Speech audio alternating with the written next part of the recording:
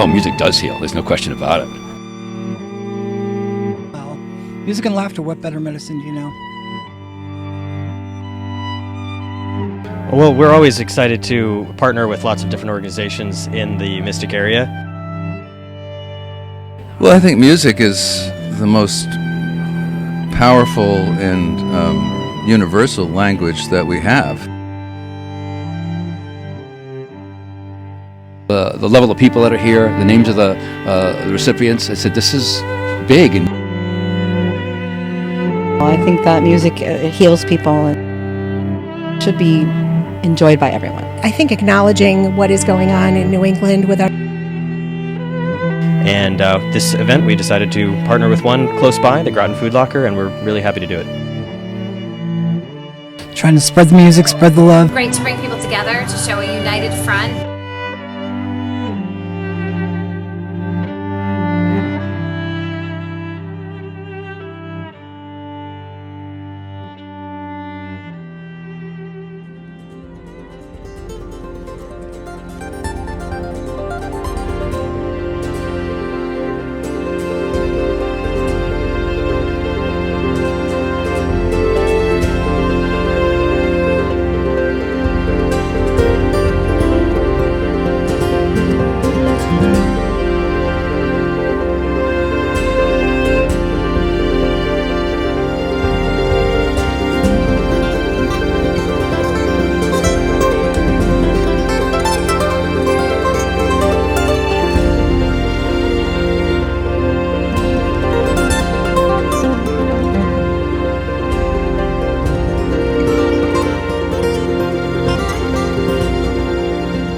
Like the electricity which flows through the modern day computerized tools of music creation.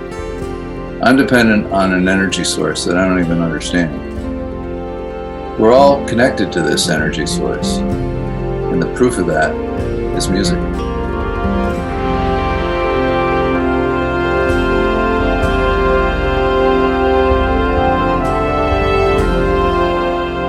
You know, that's been like 3 decades plus.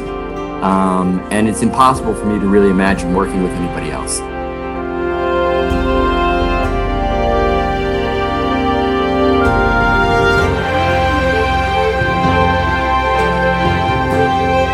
Brian Keane music. Make 'em laugh, make 'em cry may be the motto, but the only way to really draw that kind of emotion from the viewer is through that music. Working with Brian on dozens and dozens of projects and movies is just amazing. His work ethic is unparalleled, I think, in anybody I ever met with or ever worked with. We played in Carnegie Hall 3 years ago. It was a sold-out concert. When they say you have a beautiful music, I say 60% is belong to Brian. As a tailor, he's a designer, and I am the cloth.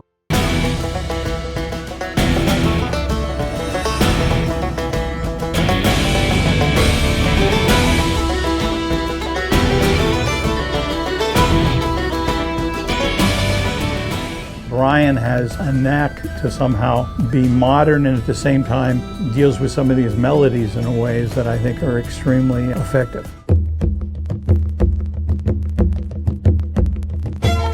The Irish in America series, the subtitle was Long Journey Home, with Tom Lennon, who was the executive producer who pulled the rest of the creative team together, and Brian, who assembled an amazing range of musicians from Paddy Maloney and the Chieftains, Elvis Costello. There was a symphony orchestra from somewhere that did an amazing score. And it was one of the great musical experiences I've had working on a film.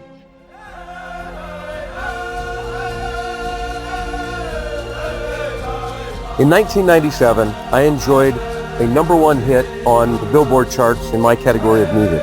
It's not at all uneasy to say that Brian opened the doors for Native music to begin to permeate the rest of the music industry. For me, as an editor, the film experience is an emotional experience. Fear, anxiety, anything in between, and Brian's music has always brought depth and nuance to all those emotions. It's just been really amazing. Getting Brian and Linda in the same sound booth was pretty incredible. The whole mariachi is from Tucson, Arizona, as is Linda Ronstadt. We grew up with Linda playing parties at her house, so we knew her family, we knew her dad. And when Brian and I walked off the plane, there in the lobby is Linda Ronstadt with her dad, my mom and dad, and Brian's dad. He looked at me and commented, "Boy, I feel like I'm in trouble at school or something." Hello, Brian. On behalf of your friends of Mariachi Cobre, my brother Randy Carrillo, and myself, Steve, we'd like to congratulate you on the honor of being inducted to the New England Music Hall of Fame. Working with Brian, it was amazing. You know, he always brings the best out of the musicians as a producer. It was a long partnership that lasted a couple of decades. Together, Brian and I won 2 Peabodys, an Emmy, a Grammy. Then my work pivoted to China, and that's when we won our Oscar. Brian was a part of that evolution of the documentary getting much more acknowledgement and acceptance in our world, to the point that people are seeking out documentaries. There's not many people you could say that will help you grow, and Brian is one. When I work with Brian, it reminds me of why I'm in the studio business. The first time I remember being introduced to Brian was actually at the Sports Emmy Awards. And I'm like, who is this guy, Brian Keane? He wins a lot. We had good fortune of working together on a number of HBO award-winning projects. I've been lucky through the years to have Brian score over 20 of my documentary films. I met Brian Keane about 20 years ago at the Sports Emmy Awards dinner. Brian was shuffling some papers at the time, and I guess I could see that they appeared to be his acceptance speech. There were 4 nominees for music, and Brian had done the music for all 4 films. I think that was rather incredible. Brian Keane, who I met in the 70s, a composer, film composer, TV composer, wonderful guitarist, played duo with Larry. My association with Brian Keane goes back way back to the 1970s, if you can believe it. Brian went on to do great things, obviously. For more than 40 years, Brian and I have recorded and performed and developed a true family bond, which continues today. We spent a lot of time together over the last 40 odd years. We've had some fun. We've had a great time.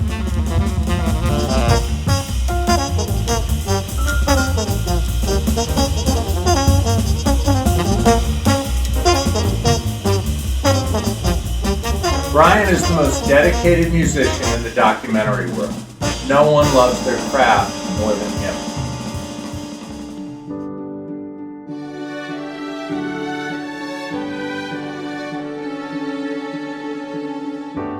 It's been an incredible adventure. It's been a gift. It's been a masterclass in watching his uncanny ability to read the moods and the emotions of a scene. He is a joy to work with. He's it's like a psychic medium. And the film we did together on Ralph Lauren, he took to a completely other level that it would not have been at without his music. He struck wonderful emotional tones where they were needed, and a mood. A film supposedly about fashion, which was never about fashion. And that's quite a remarkable achievement. He brought a whimsy to it and color. And I'm very grateful because it made it a much better film.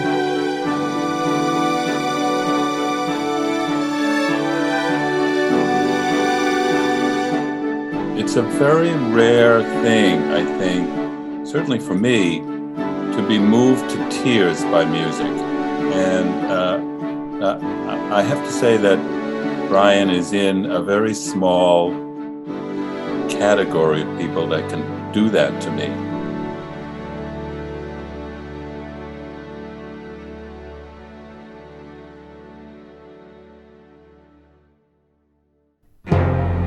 Thanks to the New England Music Hall of Fame and Chris and everybody working in a beautiful medium and trying to promote this wonderful powerful language that we have. It's the most powerful language and universal language that we have in the world is music. It can translate culturally between people with cultural differences, can still enjoy the same music. It can soothe animals. It can transform the unreachable. I did a film about Oliver Sacks recently, and they were reaching people who had been stuck in a coma through music. And it's just an amazingly powerful and spiritual force. And it's like the electricity that we use in our modern day music creation tools. I don't really fully understand the energy that the energy source that creates all this, but the proof that it exists is music. And I've been very fortunate to have my music played all over the world and to reach people, and relatively anonymously. I spent the first 20 years of my career touring the world, trying to be signed and be famous. And I was toured with Larry Coryell in a duo, and I had some great times. But it was only to realize that fame was a prison. If you're the Beach Boys, for instance, you're condemned to playing fun, fun, fun for the rest of your life. Well, I got to see the world as a young man and met some wonderful musicians and people along the way.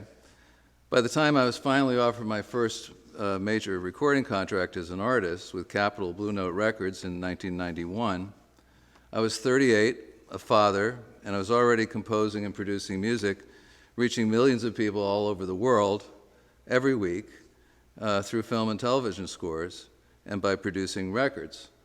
I was reaching way more people than I ever could have possibly reached as a pigeonholed, market-defined recording artist. And I was making more money, too. I made the very difficult decision to walk away from what had been my lifelong dream up to that point, a career as a recording artist. I had in the process, however, made the quite accidental and rather astonishing discovery that the power of music is actually even greater than the power of marketing. I found remarkably that I had only needed to create the best music I could under whatever the circumstances were, and the rest took care of itself. I found that I didn't have to worry about ending up having to sleep in the back of my car someday. I could work from my studio in Connecticut, had the freedom to work in any kind of music genre that came along, and did. And it provided this amazing opportunity to reach people in profound emotional ways all over the world. The only thing I had to give up was fame. And that seemed like a pretty reasonable proposition to me at the time. Being a composer is a lot like being a listener, except for you're the first one to hear it. The composer's job is to translate what they hear so that other people can hear it too. And the more somebody listens, the more somebody will hear. The more musical knowledge and experience somebody has, the faster and more accurately they can translate what they hear so that others can hear it. The important thing in moving people emotionally, which is your job as a film composer, and really the thing that really counts in music in a way, the most important thing to move other people emotionally with music is to listen with your heart and soul, and not just the intellect. I've found that I need to feel emotional focus of music I'm creating inside in order for others to have a similar emotional experience hearing it. I found over a lot of experience that the audience is generally much smarter emotionally than they are intellectually too. In order to make a substantial connection and make people feel powerful emotion with music, the music creator not only has to understand how to do it musically, but also has to really feel it emotionally. Emotion in music really has to feel genuine to connect with people. I'm trying to edit through this because we've been at this long enough. We do have a video, Brian. Okay, yes, we have a video. It's going to be hard to see all the stuff on it. Let me just say that I've been so privileged to have been able to spend my life making a living as a musician and composer. It has been like I never worked. Even after I got to the point where I could retire, which I never thought I would get to at being a musician, I frankly couldn't think of anything I'd rather be doing. So I never figured out what I wanted to do when I grew up. My grandfather used to say that one of the most important forms of immortality is teaching. When you pass on knowledge, it goes on from one person to another, and one generation to the next, and that's how we evolve as humans and as musicians. Sometimes the simple act of reaching for the creative ultimate informs others in what is possible. I was informed musically by composers like Stravinsky, Copland, and so many others. I was taught by other great musicians, and observing them and working with them, I was privileged to collaborate with so many great musicians and engineers from all kinds of cultures and styles who made me look good and who taught me so much. Knowledge is a snowballing phenomenon. The more one learns, the faster and easier it is to learn. However, humility is the key that opens that door. When people ask me, what's the secret to whatever success I may have had, I tell them that I simply ask one question: how can this be better? Then I spend the present trying to accomplish that. Thanks very much. Thank you so much, Brian.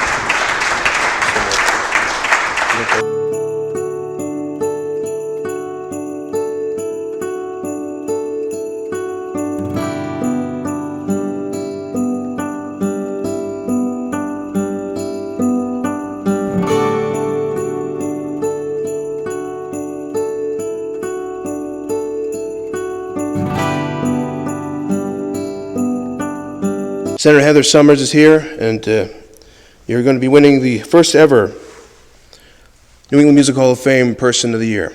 Please, Ms. Summers, come up.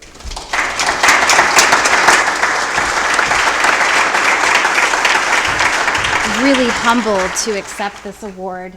I want to thank the New England Music Hall of Fame and Christopher and Angel and all of you for all that you are doing to recognize musicians that have been working in the industry for years and years that at many times may have not gotten the recognition they so deserve. And I do have to confess, it's been a long time since I've been in a church. So I am feeling a little guilty. What is that? As soon as you come into a church, you feel guilty. But it is a beautiful church.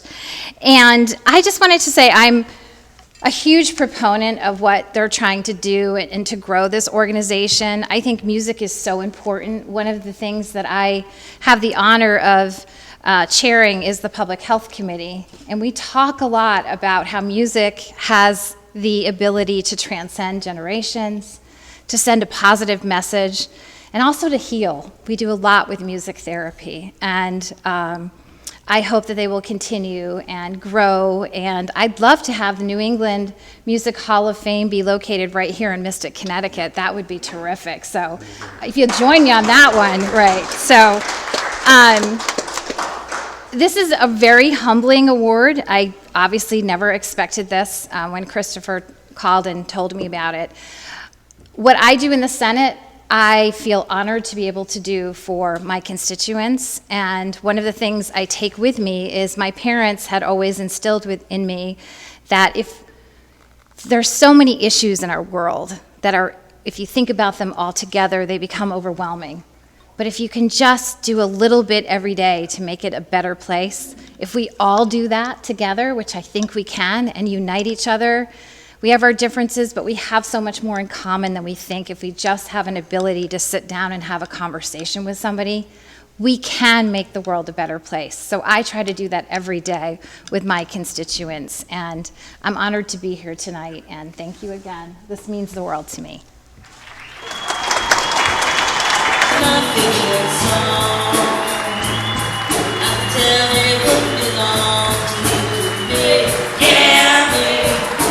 Tell me what belongs to you. Yeah.